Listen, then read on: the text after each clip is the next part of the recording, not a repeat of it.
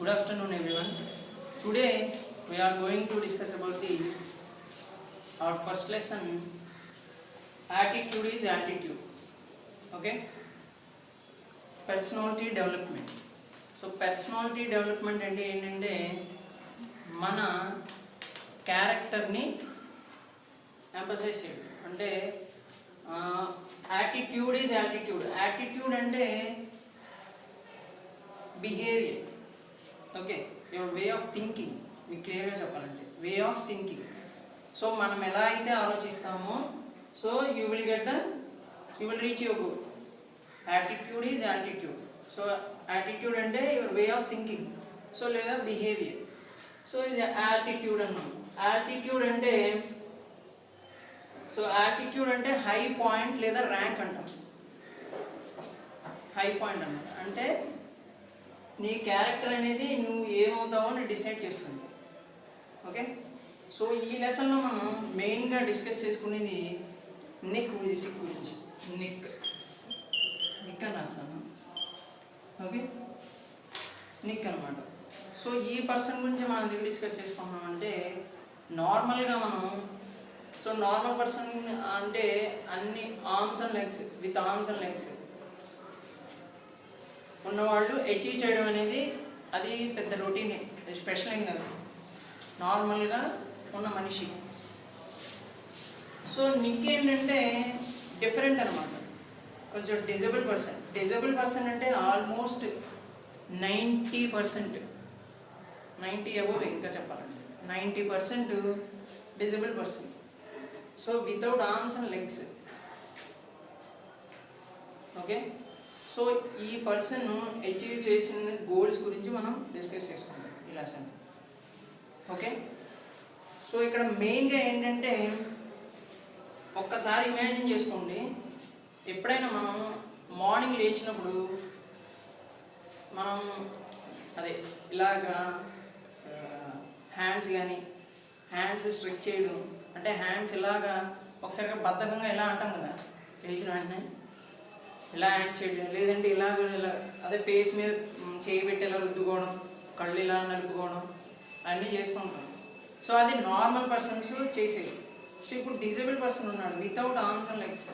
So కొన్ని legs గురించి పక్కన పెట్టండి, వితౌట్ ఆర్మ్స్ ఏ ఆర్మ్ లేదు, 2 చేతులు కూడా లేవు. సో 2 చేతులు లేని వ్యక్తి ఇమాజిన్ చేసుకుంటే ఎలా ఉంటుంది?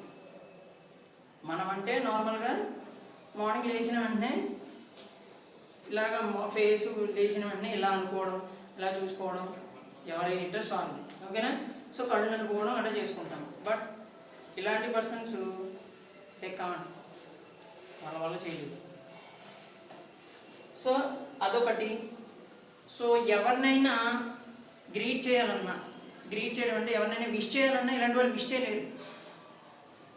మనం అంటే ఏదో హ్యాండ్తో విష్ చేస్తాం, హ్యాండ్ ఇవ్వడమో లేకపోతే హక్ చేయడము అలా చేస్తాం.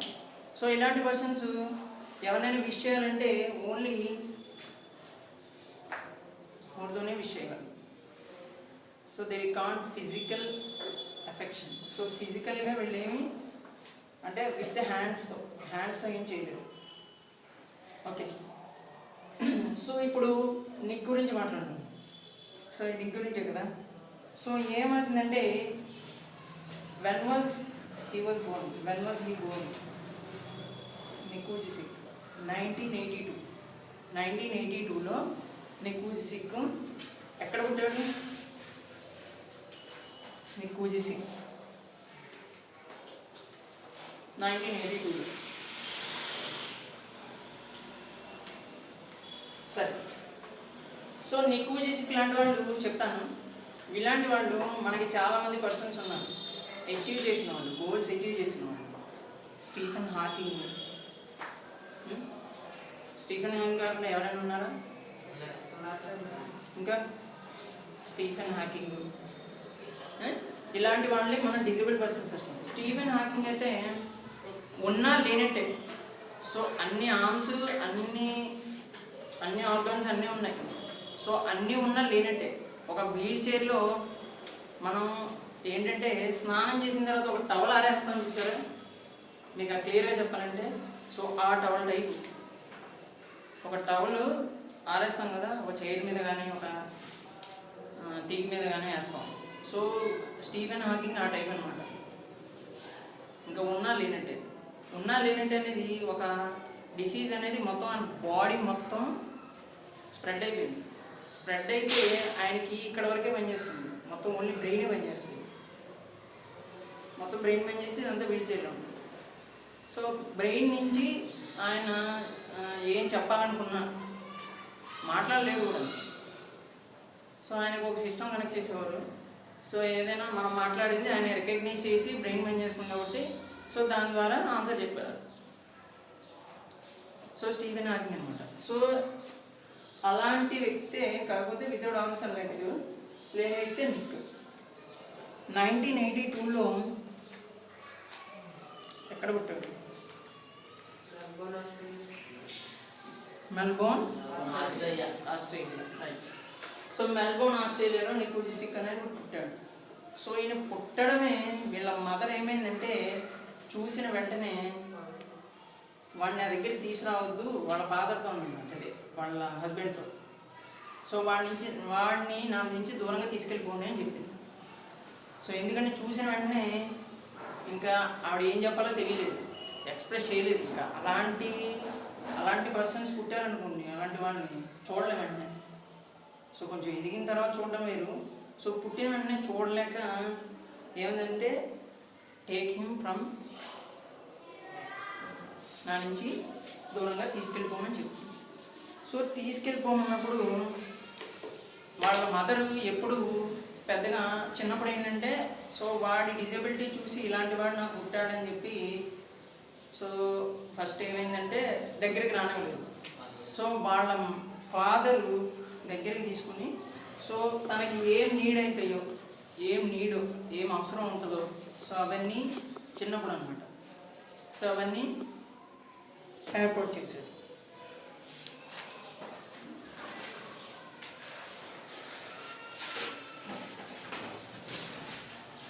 Okay.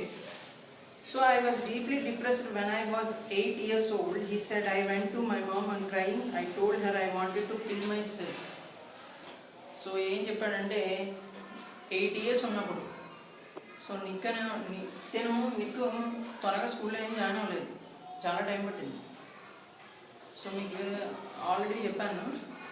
సో నార్మల్ స్కూల్లో కాకుండా ఏదైనా స్పెషల్ స్కూల్లో వేయడానికి వీళ్ళ పేరెంట్స్ చూద్దామని చూశారు. ఫస్ట్ అనుకున్నారు, తర్వాత ఏంటంటే నార్మల్ స్కూల్లోనే వేశారు, స్పెషల్ స్కూల్. సో 8 years ఉన్నప్పుడు ఏమైంది, నిక్కు తనకి తాను చనిపోవాలనుకున్నాడు. ఎందుకంటే ఎవరితో బయటికి వెళ్ళడానికి కానీ సో ఆడడానికి కానీ సో తనతో ఎవరు ఇంట్రెస్ట్ చూపేవారు కాదు.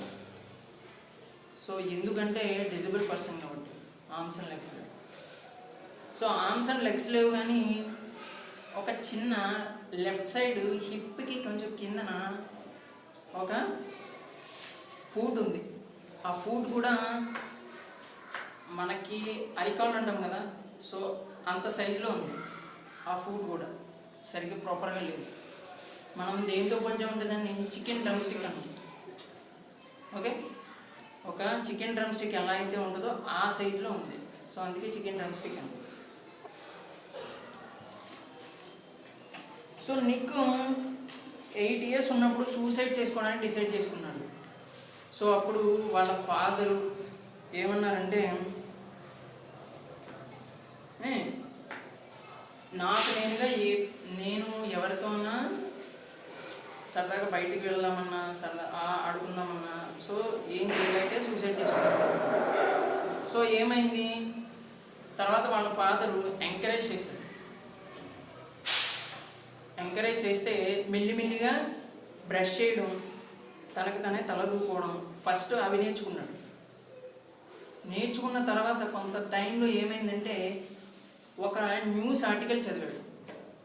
నేను బ్రీఫ్గా ఎక్స్ప్లెయిన్ చేస్తాను అసలు. సో ఇందులో ఇది ప్రతి లైన్ చదివినా మీకు అదే ఉంటుంది, అదే కొంచెం అలాగే ఉంటుంది. సో ఏమైందంటే ఒక ఆర్టికల్ చదివాడు. ఆర్టికల్ చదివిన తర్వాత ఇన్స్పైర్డ్ అయ్యాడు.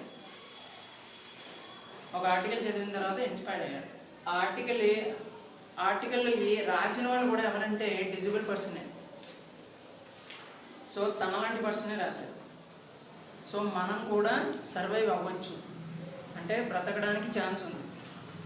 అంటే తను ఏంటనుకున్నాడు, నేను ఇలా పుట్టాను కదా, నాతో ఇంకా ఎవరు ఉంటారు, ఎవరు మాట్లాడతారు, మనలాంటి వాళ్ళు ఇంకా ఉండడం వేస్ట్ అని సూసైడ్ చేసుకుందాం అనుకున్నాడు 8 ఇయర్స్లో. సో ఆర్టికల్ చదివిన తర్వాత కొంచెం ఇన్స్పైర్ అయ్యాడు. సో కొంచెం హోప్ వచ్చిందనమాట, మనం కూడా సర్వైవ్ అవ్వచ్చు అని. సో వెంటనే ఏం decide చేసుకున్నాడంటే, I decided to be thankful for what I do have, not get angry about what I don't. So article చదివిన తర్వాత ఏమనుకున్నాడంటే, నాకు ఏమైతే ఉన్నాయో దాంతోనే నాకు ఓన్లీ రీచ్ అవ్వను. సో నాకు లేని వాటి కోసం నేను ఆలోచించాల్సిన పని లేదని అర్థం చేసుకున్నాను. So I looked at myself in the mirror and I said, you know what, the world is right that I have no arms and legs, but they will never take away the beauty of my eyes. I wanted to concentrate on something good that I had. So తనకి తానుగా మిర్రర్లో చూసుకుని ఏమనుకున్నాడంటే, నాకు లేని దాని గురించి నేను ఆలోచించి అనవసరం, వేస్ట్ ఆఫ్ టైం, అంతే కదా. సో ఏదో లేదు మనకి నా ఆలోచించి టైం వేస్ట్ చేసుకునే బదులు ఉన్న దాంట్లో అడ్జస్ట్ అవుతూ మనం అందులోనే ఎదగాలి.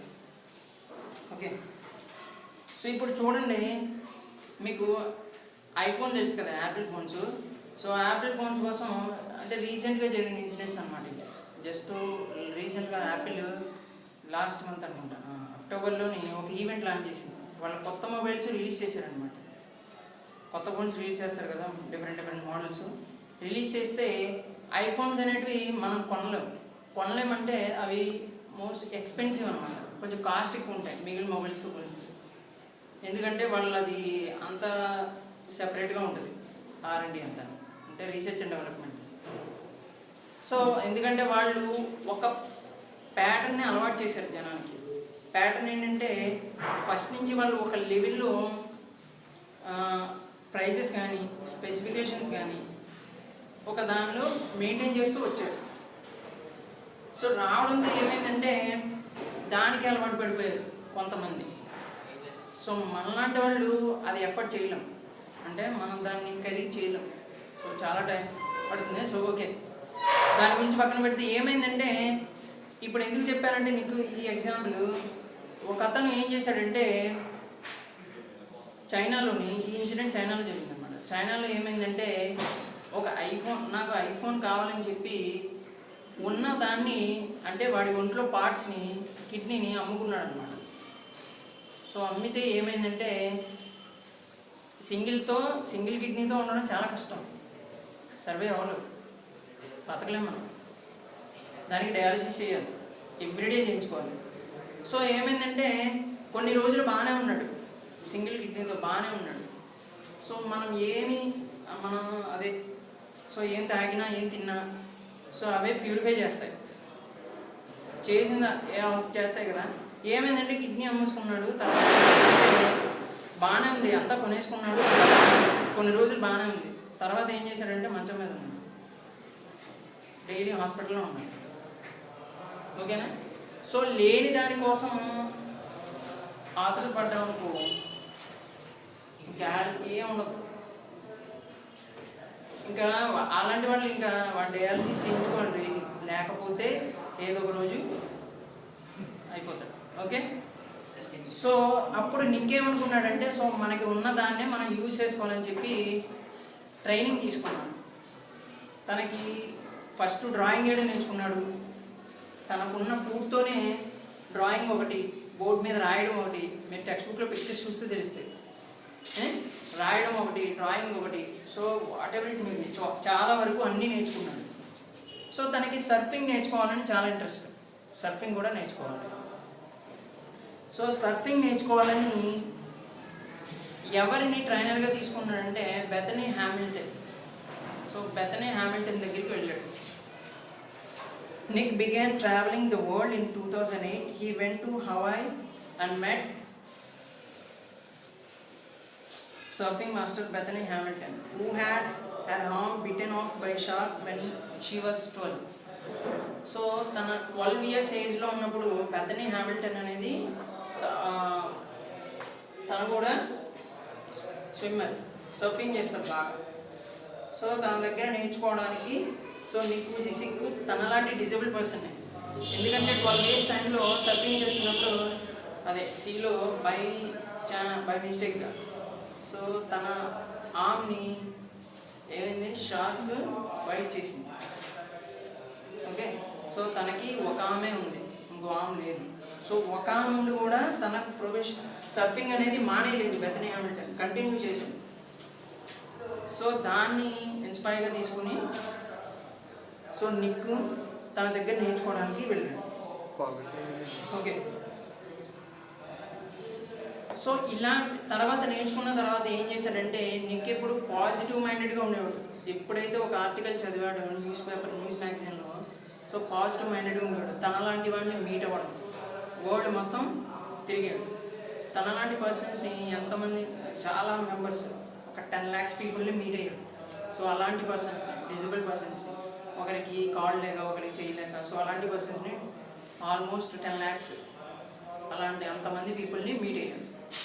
సో మీట్ అవుతూ వాళ్ళతో కమ్యూనికేట్ అయ్యాడు. సో వాళ్ళతో మాట్లాడి వచ్చేసాడు కాదు, సో వాళ్ళతో మళ్ళీ కమ్యూనికేట్ అయ్యేవాడు. ఏంటి, ఎలా ఉన్నారు, ఏంటి, ఇంకేం చేద్దాం అనుకున్నాను లైఫ్లో. సో వాళ్ళకి సపోర్ట్గా కూడా ఉండేది, ఏదో మాట్లాడేసి వచ్చేసి కాకుండా సపోర్ట్గా ఉండేది. సో ఒకసారి ఏం జరిగిందంటే he moved to Los Angeles. So నేను లాస్ ఏంజల్స్ వెళ్ళాడు. లాస్ ఏంజల్స్ వెళ్ళినప్పుడు 2007లో and planned to continue travel the world. In 2009 he visited South America and the Middle East. So 2008లో సౌత్ అమెరికా అండ్ మిడిల్ ఈస్ట్లో వెళ్ళాడు, యుఎస్ఏలో ఉన్నాయి. So వెళ్ళిన తర్వాత అక్కడ ఏమైందంటే Kenny Miara, a beautiful young girl whose mother was a Mexican and whose father was a Japanese, attended to a meeting. So అక్కడ Nick అనేది మీటింగ్ అనేది కండక్ట్ చేస్తాం. సో అక్కడ మాట్లాడాలి. సో ఏమైనా కెనీ అక్కడ వాళ్ళ పేరెంట్స్తో వచ్చిందా. సో కెనీ ఆ మీటింగ్ అటెండ్ అయింది. సో కెనీ పేరెంట్స్ గురించి చెప్పాడు. ఏమని, who mother was a Mexican, whose father was a Japanese. Mother Mexican, father Japanese. So వాళ్ళకి కెనీ అనే డాటర్ ఉంది. రైట్.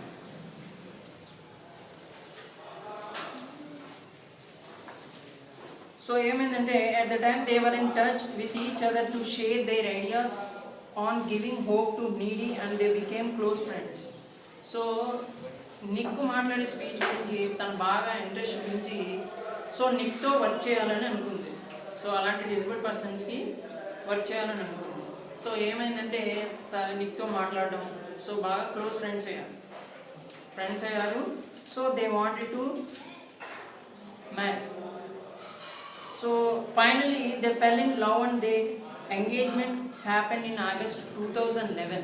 సో 2011లో ఫైనల్గా ఎంగేజ్మెంట్ అయింది.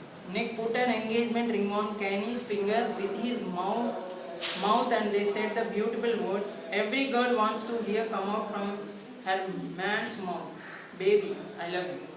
So finally 2011లో ఆగస్ట్లో సో ఫైనల్గా ప్రపోజ్ చేసి మ్యారేజ్ చేసుకున్నారు. So Nick and Kenny got married on February 12, 2012. On February 13, 2013 they were blessed with a birth of a healthy baby boy with full body. చూడండి ఇక్కడ తనకేమో without arms and legs. So Kanae అంటే normal person, తనేమో normal person, తనేమీ disable person ఏం కాదు. Okay, so వీళ్ళిద్దరికి marriage అయిన తర్వాత వీళ్ళకి ఒక బేబీ బాయ్ అనేవాడు పుట్టాడు. సో ఫుల్ బాడీ అంటే with arms and legs, normal person కింద నార్మల్ బాయ్ పుట్టాడు. So Nick and Kanae wrote an inspirational book. So వీళ్ళు ఒక ఇన్స్పిరేషనల్ బుక్ రాశారు, and love without limits together, and it was published in 2014. So 2012లో marriage 2011లో propose చేస్తే 2012కి marriage చేసుకున్నారు. సో వితిన్ 1 ఇయర్లో ఒక బేబీ బాయ్కి వీళ్ళకి పుట్టాడు. So if I fail I try again and again and again. If you fail are you going to try again.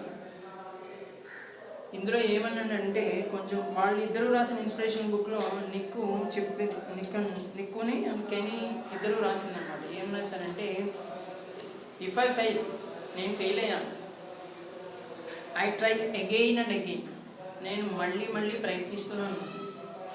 So ఇప్పుడు నిక్కు వేసిన క్వశ్చన్ ఏంటంటే మనకి, నువ్వు ఫెయిల్ అయితే ఎన్నిసార్లు ట్రై చేసావు? Are you going to try again? The human spirit can handle much worse than we realize. It matters how you are going to finish. So నువ్వు ఎలా ఉన్నది అనేది అంటే, నువ్వు నీట్గా డ్రెస్ వేసుకున్నావా, లేకపోతే సమ్ హెయిర్ స్టైల్ మెయింటైన్ చేసావా, నీ కార్ ఉందా, అలాంటిది దట్ డజంట్ మ్యాటర్. సో అలాంటిది అలాంటివి అనవసరమైన. సో నీ క్యారెక్టర్ అనేది నీ హైయెస్ట్ పొజిషన్ని డిసైడ్ చేస్తుంది, మిగిలినవన్నీ తర్వాత. Okay. So are you going to finish strong and said Nick, I tell people to keep on getting up when they fall and to always love themselves. He said, if I can encourage just one person, then my job in this life is done.